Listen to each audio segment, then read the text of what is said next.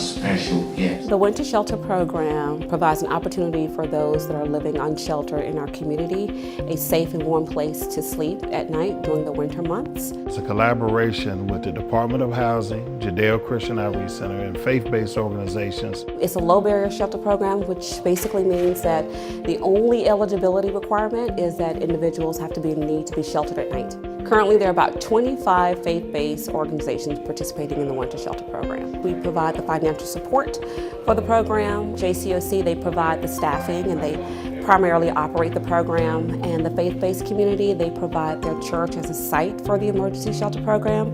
They provide a meal, and they also provide just a positive and warm place for people to come. We greet them at the door with love, and they are our guests. That's what they are. We also let them know that we are here for them this whole week. We have a hot breakfast for them. We also have a hot dinner in the evening time when they come. Upon request, if they need any spiritual guidance for prayer, because that's what our church is. We're about loving and caring for anyone that we can. The initial goal of the program was to provide a safe and warm place for people to sleep during the winter months. Last year, we served over 364 persons in the Winter Shelter Program, which basically means that 364 persons did not have to sleep cold on the streets at nighttime. And so that is our biggest impact.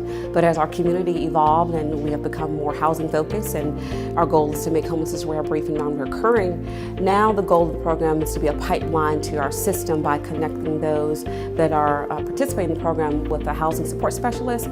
They help them to create a housing plan that will address any barriers that they have to housing, and to other community resources to connect them to permanent housing solutions. One, we're trying to engage individuals to get the housing resources they need to get out of homelessness. And then also for individuals who have made the decision and want housing, our role is to make sure that they get those services and try to transition them out of homelessness at the shortest amount of time possible. We've seen that many times. We've seen people go from winter shelter to our year-round shelter into housing, or people go from winter shelter into housing. And so it's awesome to be able to see people's lives change during those 4 or 5 months that we provide the resource. This is one of our biggest ministry that we do because we want to give back to our city. We love our city of Virginia Beach. Extending God's kingdom to every sector of society. And what that means is that every part, and this is the winter shelter is a part of that, our church is about giving and helping. That's what we are doing. When we do and help out with the winter shelter, that is extending what we need to do. So for people who are experiencing a housing crisis or who are experiencing literal homelessness, they can call the Regional Housing Crisis Hotline at 757-227-5932. They will be initially screened to determine what their situation is. Either they are losing housing or they have lost housing. And so after they determine their housing crisis, if they are losing housing, they will be referred to coordinated assessment for further assessment and referrals to housing and shelter programs. We'll hit this area here, go to McKenzie Building. So tonight is our point in time count where we go out and do a census of those that are experiencing homelessness. Is this your first time being homeless? We engage volunteers to go out to the 4 precincts in the city of Virginia Beach to look for persons experiencing homelessness in the areas that they live around the city. HUD requires a count for us every other year, and so we count the homeless, and it helps us determine what our needs are for the city in terms of funding on a federal level. My team is going down the boardwalk and some of the side streets along the boardwalk. We're looking for those that are sleeping out on the street. I've been doing homeless services for years, and it was just a population that I grew to love and enjoy helping and bridging the gap between people that don't have access to those resources normally and providing information and education on how to gain access to those resources and housing.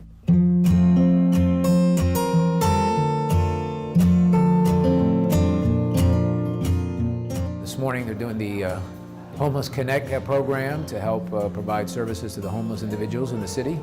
We're very excited to have invited many multiple partners that do ancillary services around homeless services. We have medical and dental, we have haircuts, we have Social Security, we have legal aid, a plethora of different services. I was homeless last year, and now I'm housed here in HRC, and I feel it was my turn to give back. I've been homeless for a little over a year. It's giving information for those that are new here like me, that don't know where to go, how to get the help. It's really to connect and engage with people who are experiencing homelessness, to know that somebody cares, that the City of Virginia Beach is committed to homeless services. If we get one person housed after today, it's a success. I've lived in this home since 1977. I have finally gotten everything here that I want, and I'm all comfortable, and I'm living the retired life. I had a mental list of things to do, and I always had the smoke detector in the back of my mind, but it kept getting pushed to the bottom. And I happened to be watching television one day, and the news came on, and there was an incident reported of a family that had a very tragic fire. And it shook me. And so then that priority changed. I got right up and went to the computer, and I said, I'm gonna go and see if I can locate some program or something that somebody can help me get a smoke detector in my house. They went upstairs, they inspected up there, they saw where an alarm was needed up there, they put one there, they came downstairs, and there was not a previous one downstairs, and so they put one downstairs too. So I got all of that done for absolutely nothing. I am very thankful that the City of Virginia Beach has such a program, because when you retire, I don't think people that are retired are always prepared. And so when you have a program like this that comes in and they say, we'll do that for you and we'll cover that for you. You don't have to worry about it. It makes you feel it makes you have a good, warm, fuzzy feeling inside.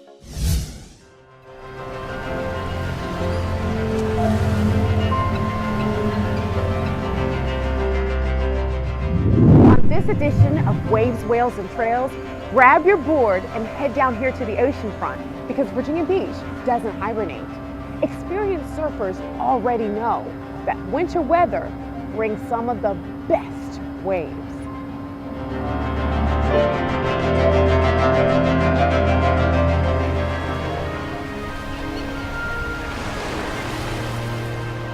It's a whole new dynamic regarding the ocean aggressiveness, the size of the swell, putting yourself in the elements that are not easy to withstand. The Virginia Beach oceanfront is very much alive during the winter months. Chilly temperatures may chase off the sunbathers, but winter storms out in the ocean bring stronger winds that generate waves that attract surfers who are among the most committed to the sport. I think the reason people surf in the winter is multiple reasons. It's not very crowded out here. A lot of adrenaline. Waves are a little bit bigger, stronger. While you're out here suffering, you have your friends out there with you.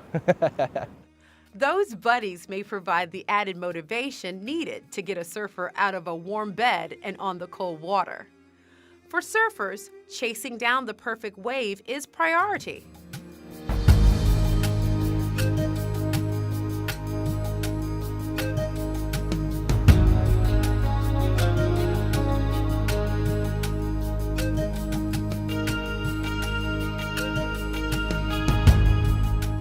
But safety preparedness becomes critical when the temperatures drop. Winter conditions present unique challenges that can throw off the most advanced wave rider. When you have a passion for something, you find a way to do it as often as you can. And being out here in the wintertime, you have to get the right equipment and you'll stay warm out there. Wetsuit technology has changed a lot over the years. What that does is it creates that very thin layer of water between you and the wetsuit. And with the technology, it's super flexible. and you can stay out there a lot longer without really killing your arms because you need that to paddle. Middle of the summer, we have much more calmer days. The surf is not generally as big. And then when the winter comes, things change up a little bit. And because you get the bigger surf coming on this bigger swell from offshore, now it's going to pile all that water up inside the sandbar, which is going to create a bigger chance of rip currents, things like that, as that water that's amassed near shore has to find its way out through the sandbar. We definitely look at the forecast, look at the report. First shock, I'm like, oh my gosh, why am I doing this? So that's your body's natural response to the environment. If you don't understand what's going on, you could panic, and then the panic will lead you to never recover your breathing. So you have about a minute to get your breathing under control into cold water conditions like this. Cold water will actually sap your body heat 20 times faster than cold air at the same temperature. The camaraderie and serenity of the art of surfing continues to call these wave riders to the water. But it's the passion that makes them brave the risks and experience the beauty beyond the cold. So you're cold no matter what. So the second you run from the parking lot all the way to the beach to the first 3 or 4 duck dives, you're getting cold. Now that's dedication to get yourself out there and really chase these waves. So without dedication, you're not winter surfing. I don't ever want to see anybody in the water, especially if you're inexperienced, to be in the water alone. Always have somebody with you, always let somebody know where you're going to be. Just being out there in the water, there's a whole sense of connection with nature. You do see the whales come in every now and then. If you're lucky enough to be out there at the right place at the right time, then you can see them kind of do their migratory path. Nancy and I had dolphins right next to us. That's probably one of the things I love about Virginia Beach is we get dolphins. They're out there riding the waves right with us. That was amazing this morning. We were both so stoked. To have an intimate moment with a pod of dolphins, and they were jumping out of the water right in front of us, and there was a baby in their group. When it happens like it did this morning, they came over, they allowed us to be close to them. How do you describe that in words? I don't know. All I can do when I'm out there is just put my hand up and just be present in that moment. Surfing is like my therapy. I love the ladies, my crazy wahine, the camaraderie we have. It's just our time together. I don't know, we just want to do it. I'm just completely hooked. I'm completely addicted. I love it so much. It just feeds my soul. You could feel tired or sleepy or lazy. The minute all that cold hits you and you ride a wave, you're just full of life. You're out there living it. I love that. Smelling the salt air and being out there and feeling the water, whether it's freezing cold or dead of summer, really warm, it feels really good to be out there, and I really want to chase that feeling all the time.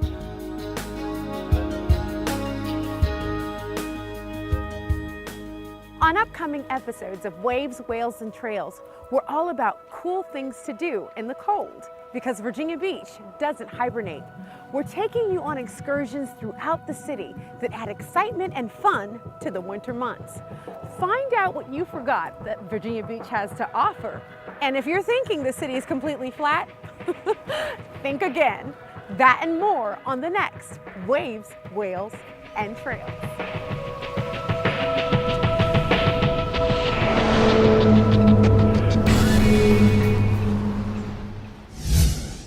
One, 2, 3, 4, 5, 6, 7, 8, 9, 10.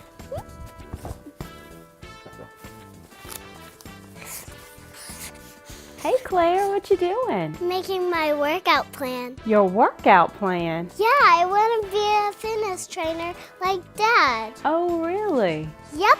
Can you take me to the rec center so I can finish my workout? I don't know if the rec center's open right now, honey. Hey Google, talk to VB Connect. Welcome to VB Connect. What time does the Kempsville Rec Center close tonight? Today's hours for Kempsville Rec Center are 6 a.m. to 9:30 p.m. Yes! Let's go!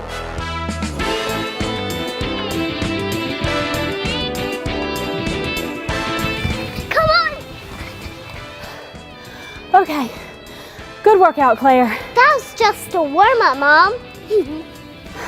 What?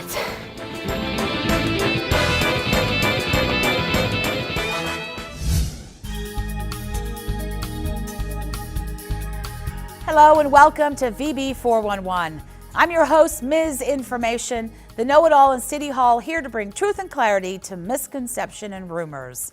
We're back for another year of fact-checking and rumor busting. The first topic of the new year: who is responsible for keeping the curbs clear of trash and debris? Now, residents often ask us some variation of, what's the 411 about curbs and gutters around Virginia Beach? Is the city responsible for keeping them free and clear of trash and debris, or someone else? The short and simple answer: residents and the city have equally important responsibilities to keep them clear of waste.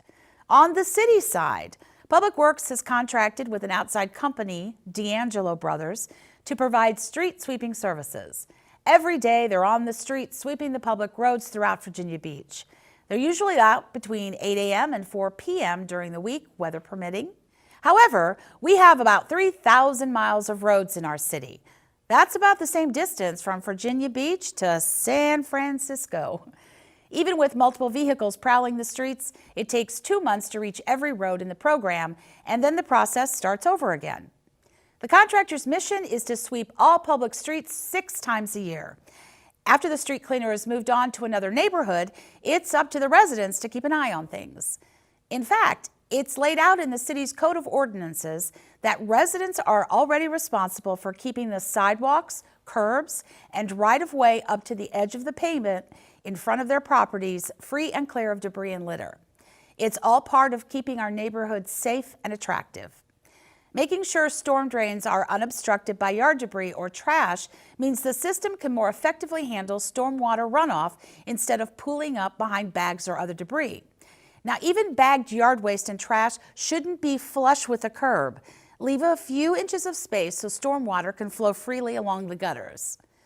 Keeping Virginia Beach clean and beautiful is a responsibility we all share. For more information about street sweeping program, cleaning schedules, and stormwater infrastructure, head over to www.vbgov.com/VB411 and click on the street sweeping article. While you're there, you can also view previous episodes and additional articles from topics we've covered. Now, a question we often hear from residents around holidays throughout the year is, when is my trash being picked up? Since holidays can shift collection dates, the best place to go is www.vbgov.com/wastemgt and check the holiday schedule. However, some people are curious why the schedule gets shifted. Waste management considers a number of factors, including how to impact as few people as possible with any special collection dates, and whether the outside contractor's waste transfer station is open to receive the city's garbage trucks and their cargo. Now, fortunately, a number of holidays like Labor Day and Memorial Day fall on a Monday when there's no regularly scheduled trash collection. Now, this is great because it means there's no change to the schedule for our customers, since trash is typically collected Tuesday through Friday.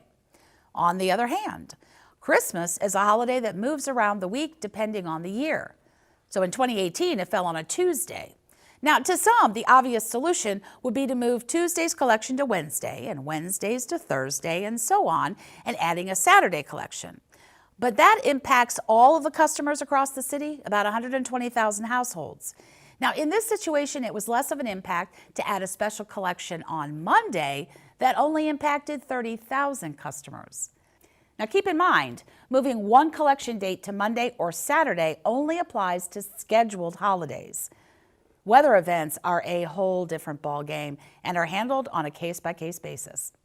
For more information about trash and recycling services in Virginia Beach, check out our previous coverage of those topics or visit www.vbgov.com/wastemgt. And now you're in the know. Is there a question you'd like us to cover on the show? Send an email to misinfo@vbgov.com and we'll get you an answer. Thanks for joining me. See you next time.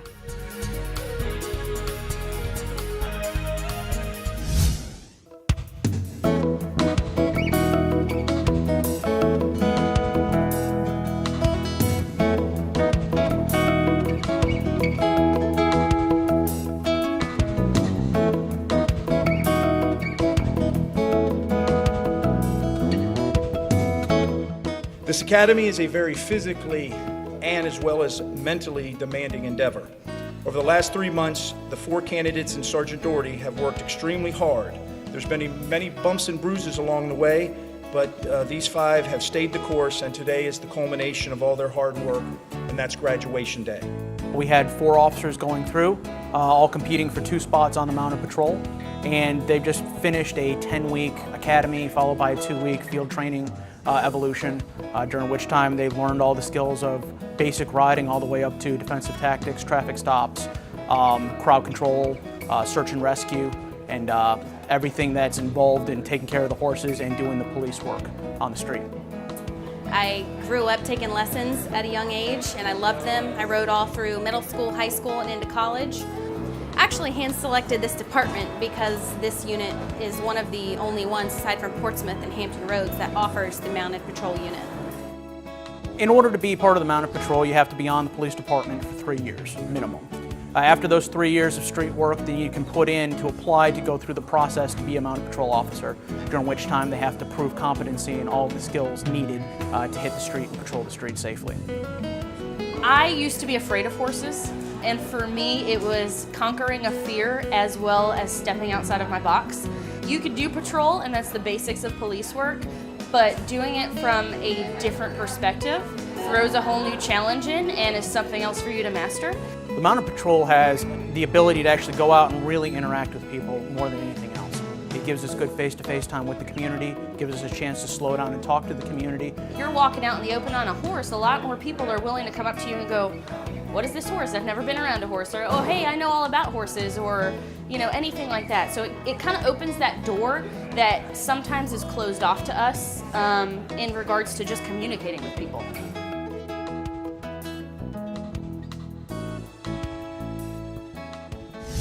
Did you ever know that you're my hero? You're everything I wish to be, and I can fly higher than an eagle,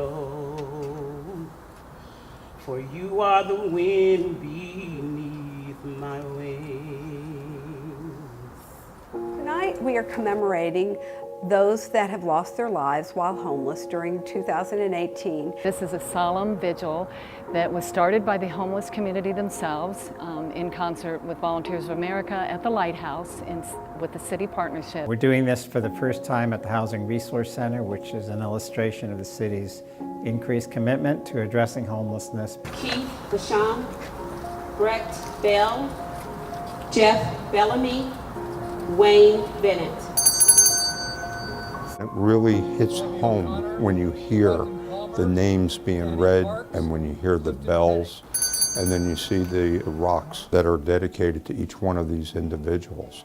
It really hits home in a very big way. I'd like to say to anybody who's lost somebody that was experiencing homelessness that your loved one is not forgotten. Tonight we are standing here making a commemoration for them and for those others that were not able to be here, to just say life is important, and we want every person to acknowledge that every life, no matter who they are, is important. Hope is the virtue of the heart that doesn't lock itself into darkness. It doesn't dwell in the past.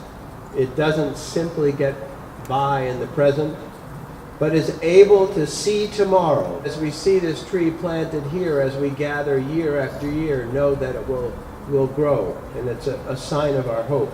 It's very humbling, and it was an awareness how much we in our own lives take for granted sometimes, you know, the plight of others. And to have somebody out in the cold or not getting the proper medical attention that they really need to live a quality of life. It could be any one of us who are in a position to where we don't have a place to stay. We don't really know our circumstances in the future, and it makes it relatable to us. It could be our family member, it could be us, it could be our neighbor. So we have to really remember that when people are deceased and they're homeless, that they meant something to someone, and more importantly, they should mean something to us, because we should be our brother's keeper. My My Tallwood buddies, they mean a lot to me because they're technically your future you. Like, they tell you what you're gonna do in the future. They give you good tips and tricks, and they help you organize your binder and your planner all the time, and that's what helps me most of the time, and they help you with your math problems.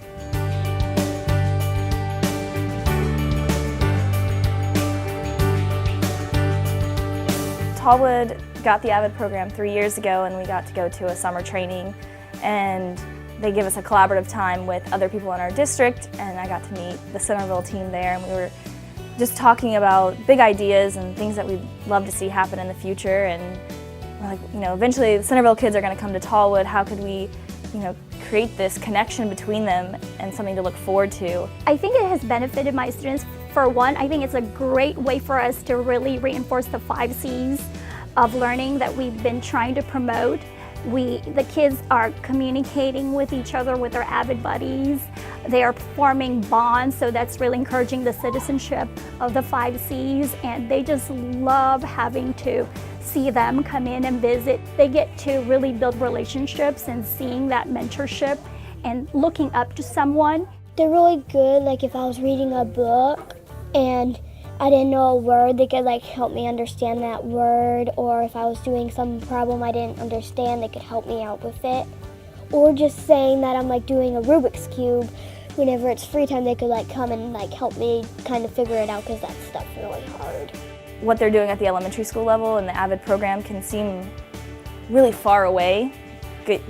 Our mission is to get them into college, and that can seem so far away at first grade. And having the high schoolers come in and learning that they're building a foundation of how to be organized, how to manage their time, how to think critically, how to ask questions, it kind of makes it more real for them.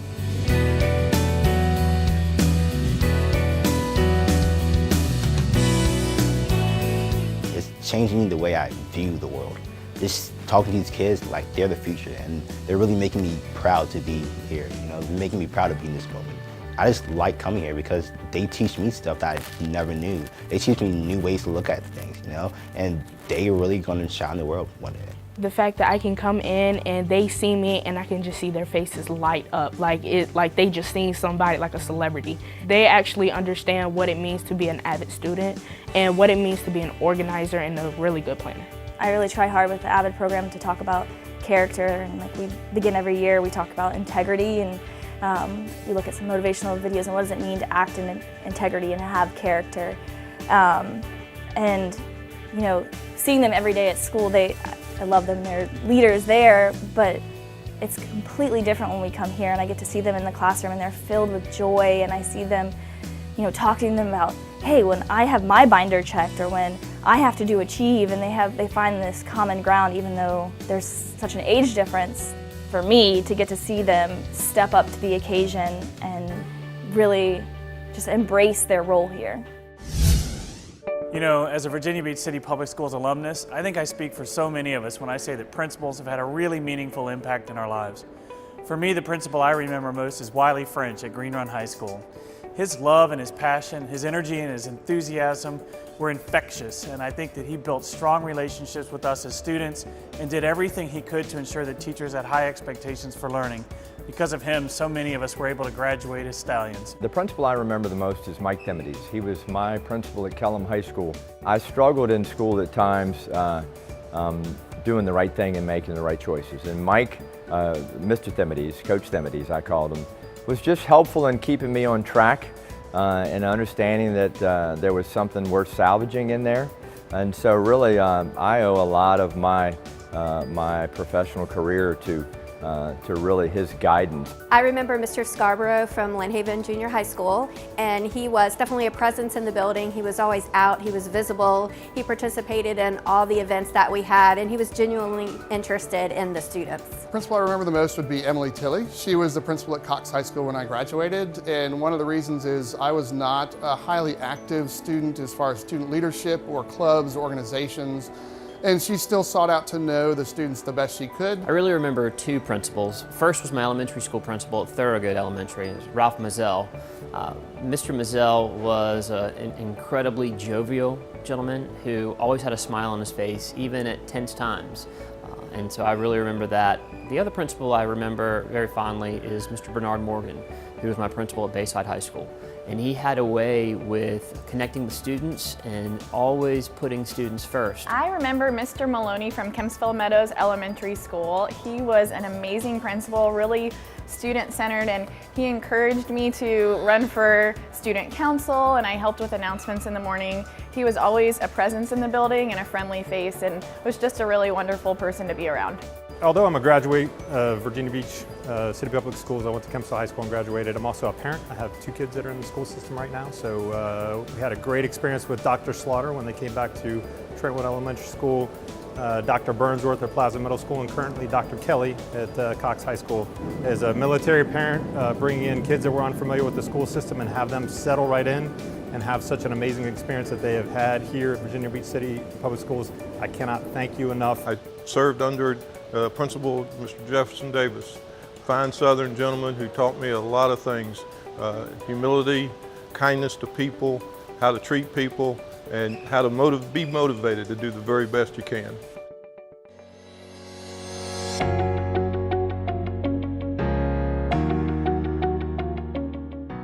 If I could say one thing to principals during Principal Appreciation Week, it would be this: the work that you do matters. You are the lifeblood of this community and of Virginia Beach City Public Schools. You have a huge job, and we so appreciate everything you do for kids each day. One of the things that I do recognize when I'm out at the school is the passion that you have for your students. It's very much appreciated. Just want to say, keep up the great work. I'm consistently amazed at what our principals do for our students, and they keep the students at the forefront of every decision they make. They're fantastic people who I know care about students and care about their community. I would like to thank principals for the work that they do with students every day, not only with academics, but for taking care of the whole child. Congratulations on being recognized for the phenomenal work that you do each and every day. Thank you for all your work. We got great principals in Virginia Beach.